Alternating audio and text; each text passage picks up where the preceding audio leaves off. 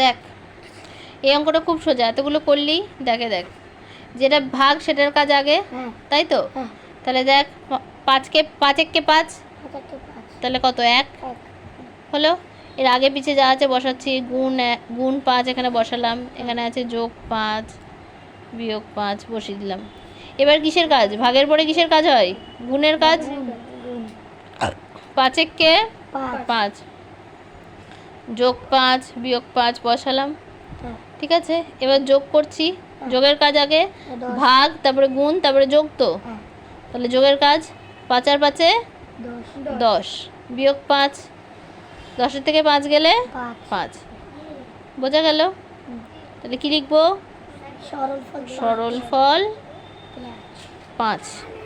বোঝা গেছে? দেখ এখানে ব্র্যাকেটের কাজ আমি বলেছি, ব্র্যাকেট থাকলে ব্র্যাকেটের কাজ আগে, তাই তো? তাহলে দেখ এখানে ব্র্যাকেটের মধ্যেও দেখ, তাহলে এই ব্র্যাকেটের কাজ আগে হবে।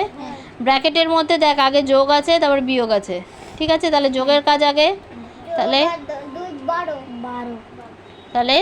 12 বিয়োগ 4 বসালাম, ঠিক আছে? তারপরে যা যা আছে পিছনে বসিয়ে দিচ্ছি। এবার দেখ বিয়োগ করলে কত হয়? 12 থেকে 4 কত হবে? 8। 8 তারপরে ভাগ 2 গুণ 10 বসালাম।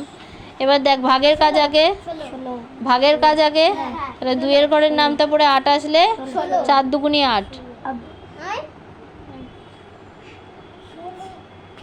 4 10 40, তাহলে কত হবে? সরল ফল 40।